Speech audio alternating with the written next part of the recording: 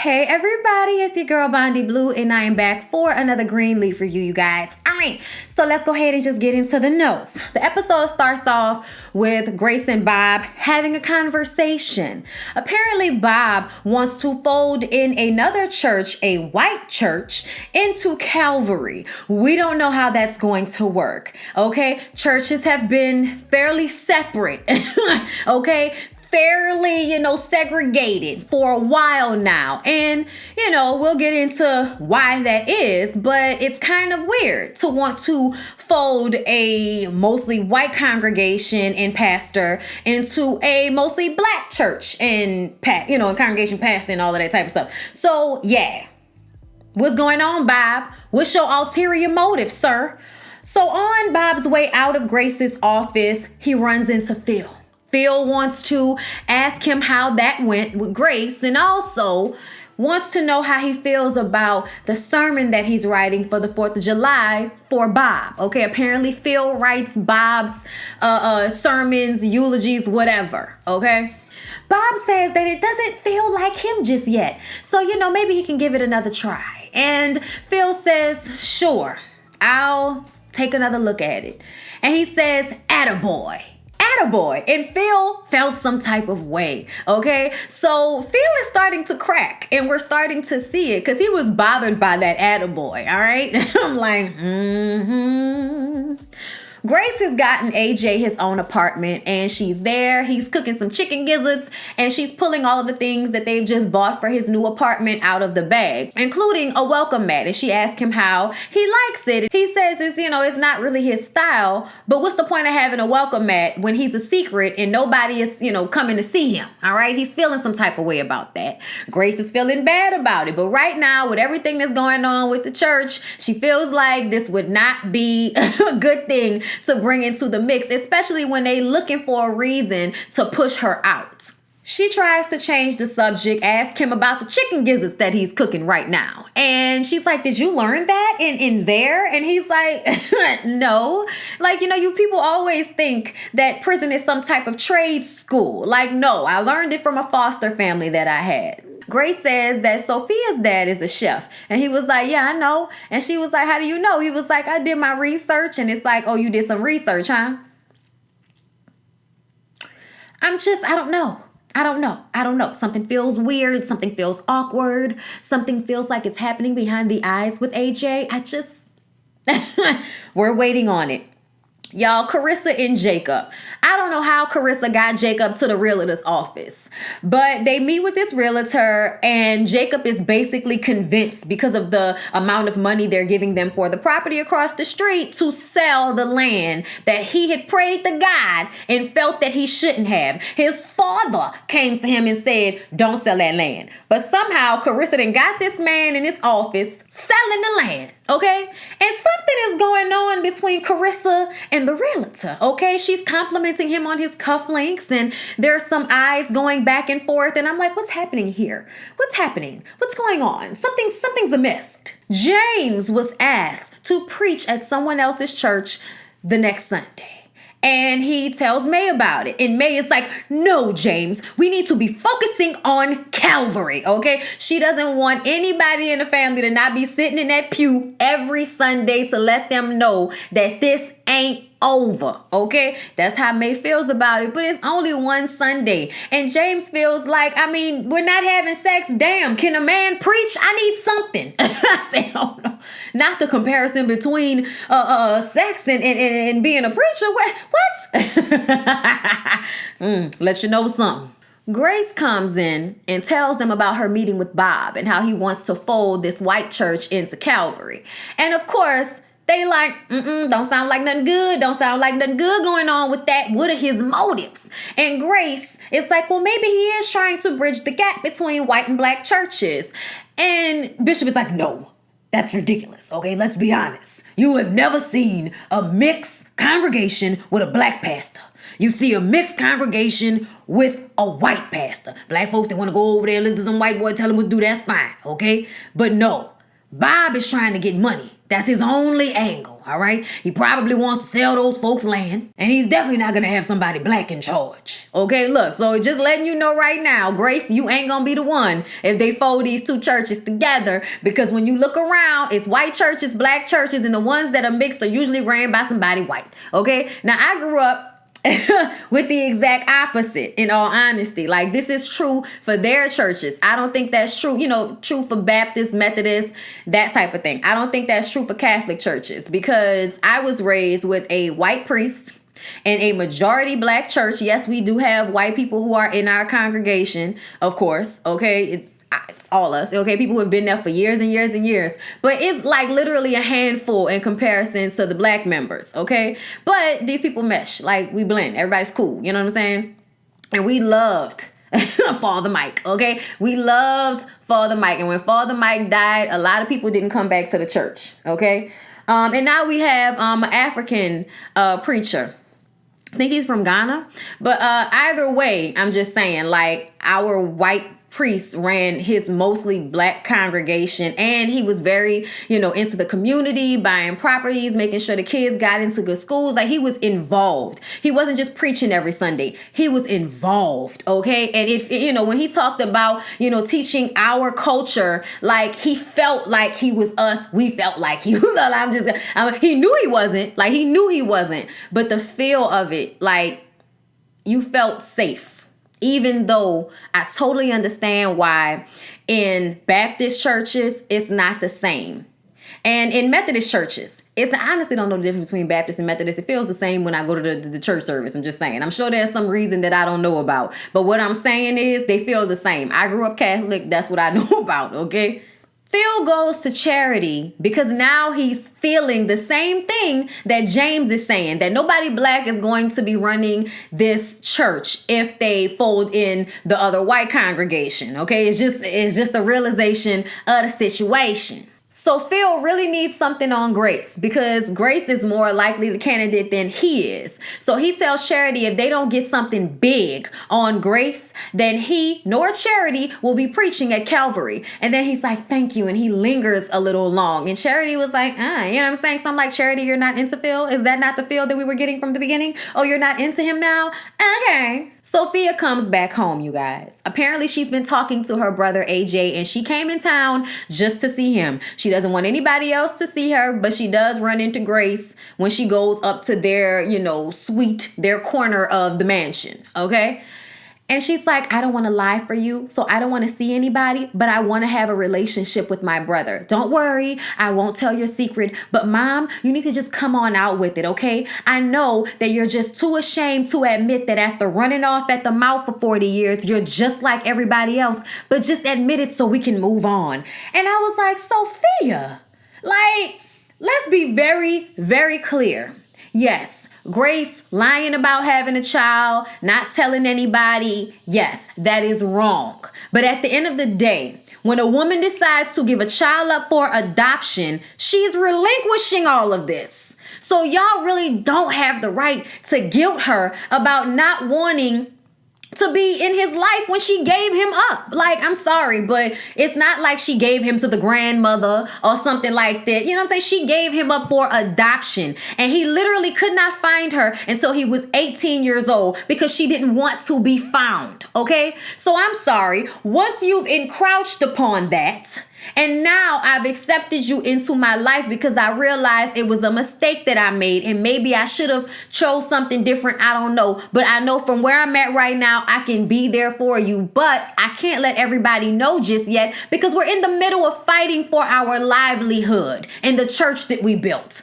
I understand where Grace is coming from. I honestly feel like they want her out so bad. I don't know how much of a difference it will make later on, because it doesn't seem like they're going to get full control of the church anytime soon. And she's called AJ and asked him to come to where they are and live near them. So it just kind of feels like if you were going to go through all of that, you should have been ready to tell the truth about him. I do feel like at this point, you're going to bring him home. You need to tell the truth about him. But either way, Sophia feeling some type of way and making it seem like Grace is the same as, May and Bishop. I think that's ridiculous. I think that May ignoring her child's rape and then resulting in the rapes of several other young girls in your church through a scholarship program that you started using your church's money. If you had believed your daughters when they told you the first time, maybe you could have stopped some of this, but you didn't. Therefore, making you responsible in some way, okay? I don't see how that compares to somebody being 18, not prepared to have a child, can't have an abortion, just didn't sit right with him. So they give the child up for adoption. Yes, the child could not get to a good home, okay, unfortunately, and had to have a rough life because of it. That's not AJ's fault either, but I feel like there needs to be some room for the fact that Grace did the best she could, and it wasn't like she knew the child was going to be out here starving and on the streets because she gave it up for adoption. I'm sure that's not what entered her mind when she was deciding to do that. But either way, Sophia's grandstanding is rather annoying to me because I feel like you're a kid. You're just about to go to college. College hasn't even started for you. You damn near still a high school student. You have no idea the pressure that your mom was under at that time and probably wasn't mentally, financially, or emotionally prepared to take care of a child. So I'm sorry, but I don't think it's the same. I do think Sophia is being disrespectful. I think it's almost like a rebellious thing. And it also brings me back to her not being able to have children. And maybe there's some extra resentment towards her mom because it's like, I can't even have kids and you gave one up and ignored it. And then you act like you're better than grandma. And it's like, yes. Because you, do you know that Lionel is your mama's real dad? Like, does she know? Does Sophia know? Like, give me a break, okay? Like, get out of here with that. May has done much worse as far as I'm concerned. So no, they not on the same level with this. Out of here. Carissa runs into May at the printer in the kitchen, at the house, all right? And she is printing out some papers because she's going to talk to Phil about the school that she works at. And May is like, oh, well, James told me about you guys selling that property across the street. What's going on with that? And she was like, we actually got an offer and agreed to that offer this morning. And May says, so I guess the advice that Bishop gave Jacob failed to compel on the matter. Y'all, it's basically like reciting Shakespeare as far as I'm concerned. May is giving you Shakespearean realness, okay? And it just makes me love Lynn Winfield so much more. Did I tell y'all I met her before at a Rooms to Go? She's so nice.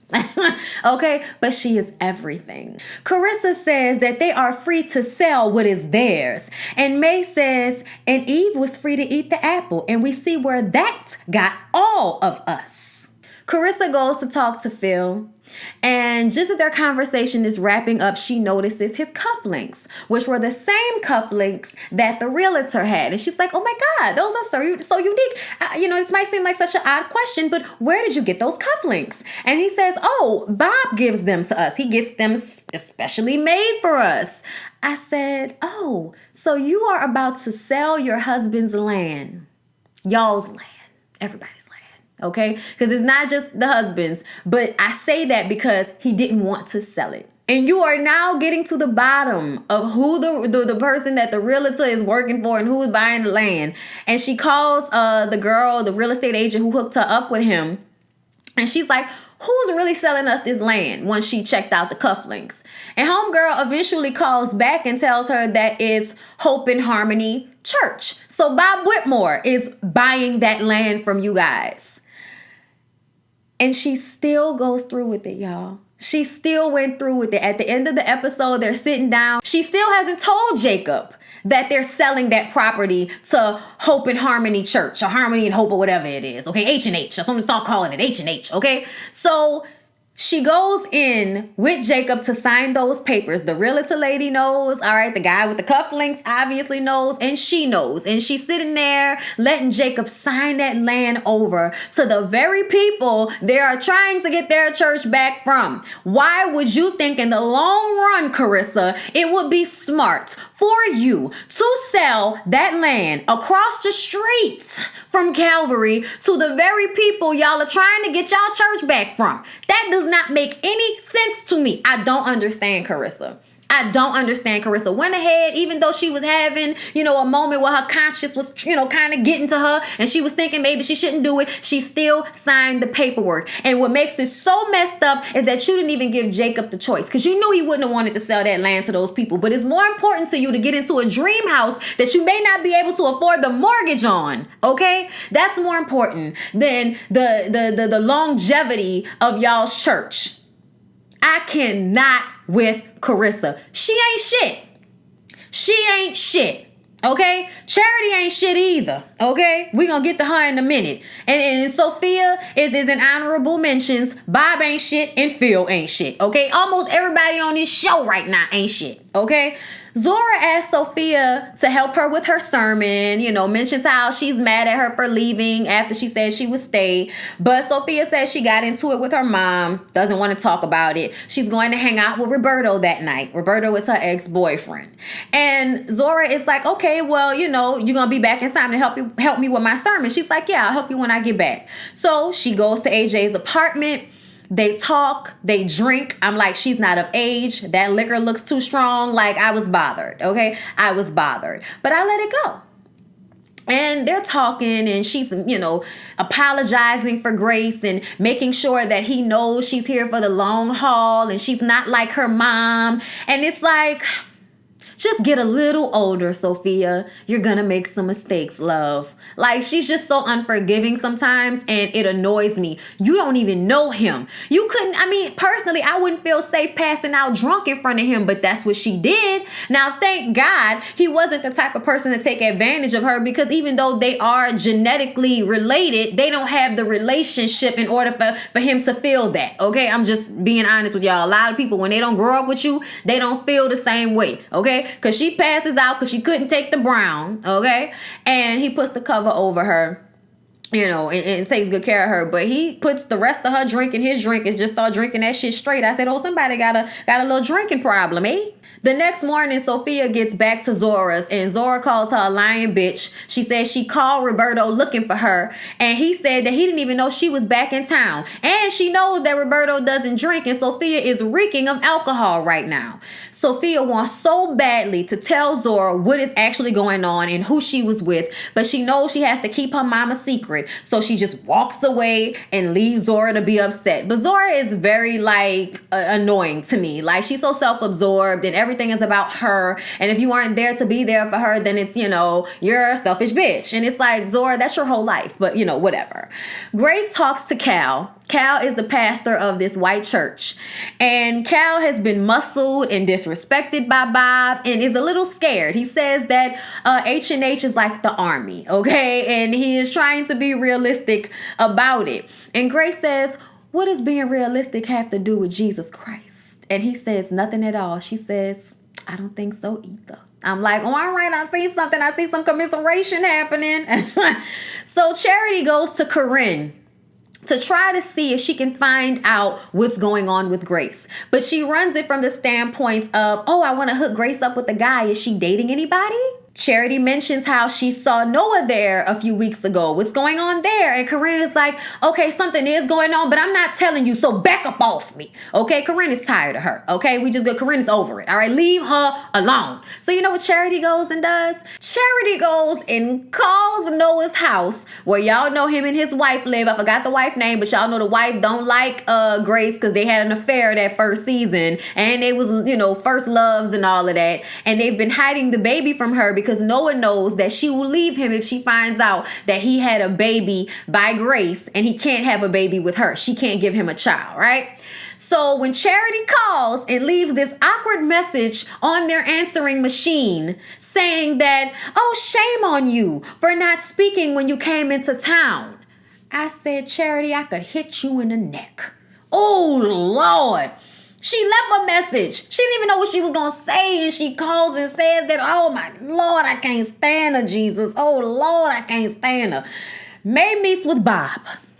And it is like one of my favorite things about May is the nice nastiness of it all. But she nicely asks if by mixing the white and black churches, he intends to commit spiritual sabotage. And he's like, oh, you just get right to the point, don't you? Yes, Bob, it is a gift, okay? May informs Bob on the history of black people feeling safe in churches, because when white people was out here just, stringing black people up by trees and you can't look at them and they beating you and accosting you in the streets and arresting you for no reason, accusing you of rape, all the things that black people had to go through. We was basically walking around on pins and needles all day, every day around white folk, because you never know what was going to happen, okay? Church was the only place where it was all black people and they can feel safe. Okay, and they're in the places they lived, it wasn't like that a lot of the time, especially if they worked for white folks. They were always having to be in fear. And church was the only place that black people could be without any, insurrection, any oppression from white people, besides the overall oppression of Christianity on people. But never mind, that's not the point. The point is, she tries to explain the significance of having a safe space for black people still in this day, and that should be in their church. Now, you can have a few little sprinkles of white people here and there, but to then create like this half and half or majority would definitely create an issue for both congregations. Now, this other church is on its way out. They went from having 1,200 people to 200 or something like that. But either way, mixing of their churches could be detrimental for both of them, because everybody feels comfortable in the spaces that they're in, which is why they go to those churches. May wants to know where Grace is going to fit in this new church. And Bob tells May that if it is God's will for Grace to preach to white folks, then she will. If not, it will be someone else. So then he extends his hand to her, like, oh, deal. And she just kind of was like, oh, no. I don't shake hands with the devil. And that's exactly what you are. So Sophia runs into May on her way out. She's trying to sneak out the house. And May is like, what are you doing here? She was like, I'm on my way out. I came in for a second. Now I got to go, Grandma. And she's like, what do you mean? I didn't even know you were here. What's going on? And she's like, ask Mom. And then Grace comes down the stairs. And May is like, what's going on here? What is going on with your daughter? Why is she so upset? And Sophia walks over to Grace and she says to her quietly, so May couldn't hear, I'm not coming back until everybody knows the truth. I won't tell your secret, but I won't be forced to lie for you. And then she leaves because it's been such a trial and tribulation for her to lie to everybody. Okay.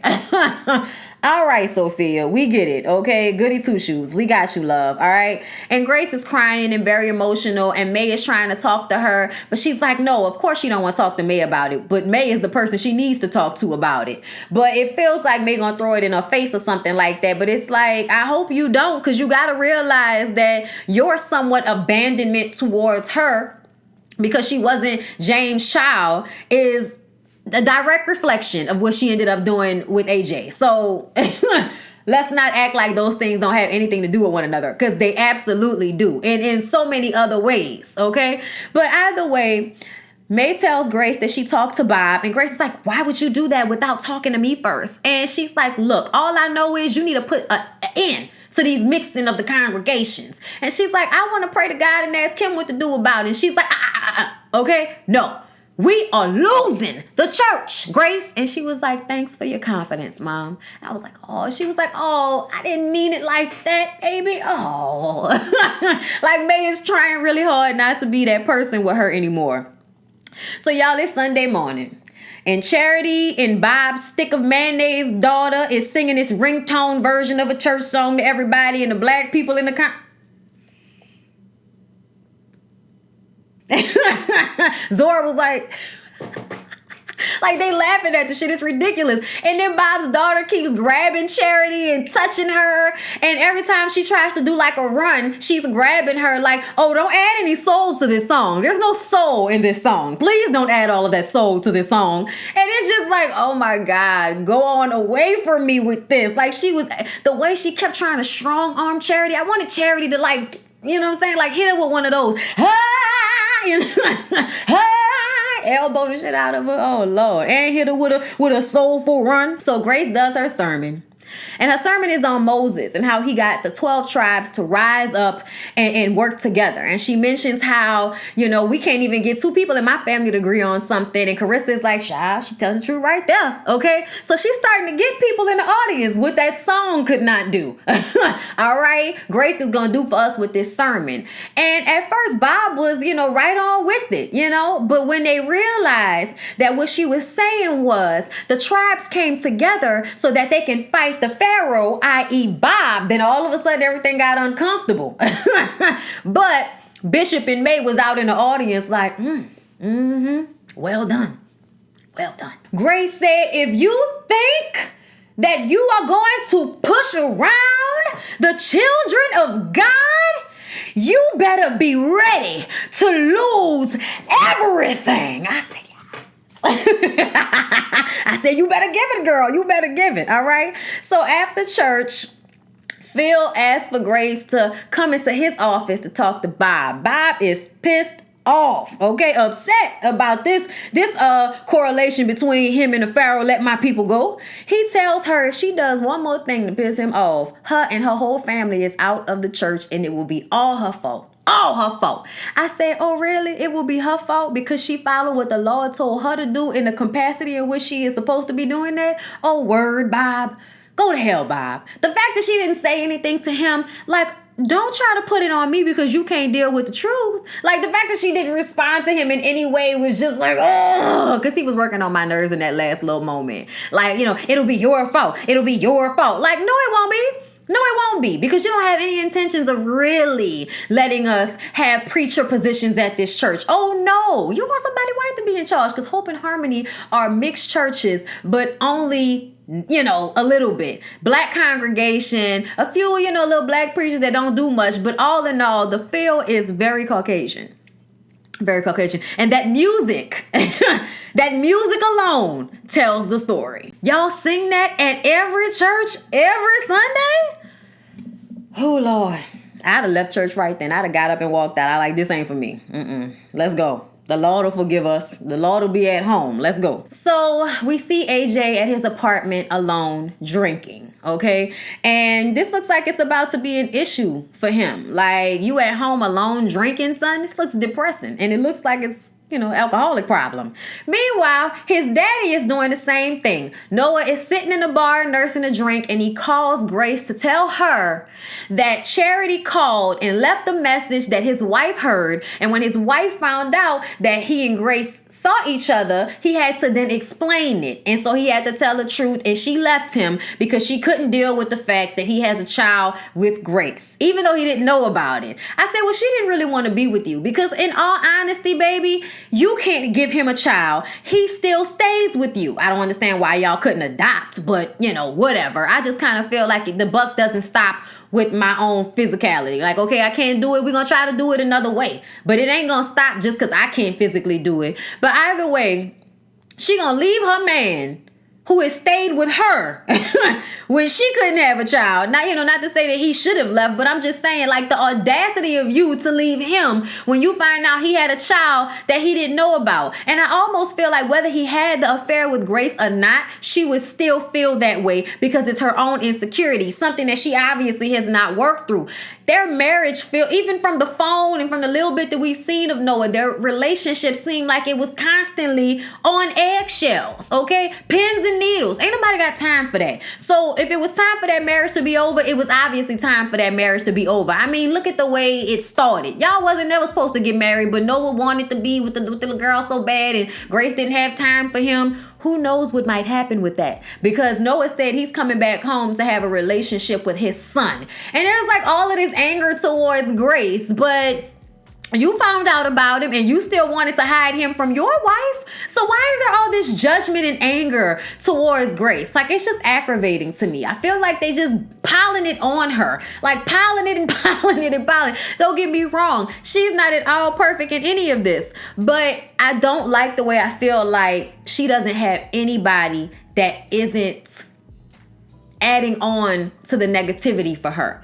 Her daughter, her mama, her daddy, like everybody is just Charity. you know, the weight of that. Then you got AJ, then you got Noah. Like, it's all, everybody's mad at Grace or expecting so much of Grace or hinging everything on Grace's shoulders. And it's like, y'all ain't gonna be happy until Grace jumps off a bridge. Like, y'all ain't gonna be happy until Grace is like, I can't take this shit no more. And just, you know, does whatever. But it's just sad to me. It's sad, but you know, we gonna see how this all transpires when Noah comes back, okay? So yeah, y'all, that was Greenleaf. Please don't forget to like, comment, and subscribe to my channel. I hope y'all enjoyed the review. I love y'all so much. And I'll see y'all next week.